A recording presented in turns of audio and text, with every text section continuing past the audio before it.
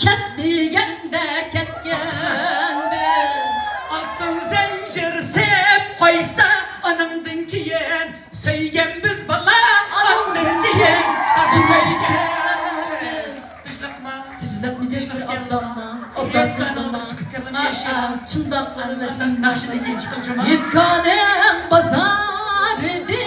Sizge alma epirey. Nasip alma epirey. Şimdiki derdimle ete kesile kızı da birey hanem. Vay he kasılları döpirey. Hey Süleyman'la Anla kanlaşırız. Hey murğun yamsılarımızın birindeysile. Hey. kaç yıl boğandı?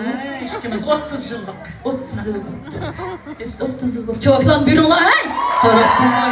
Beyin dayma. Alamet. Sıla yaş gördüm. Partigül hizmette aldıraş. Ben şehir başlığı. Şu birlik kilam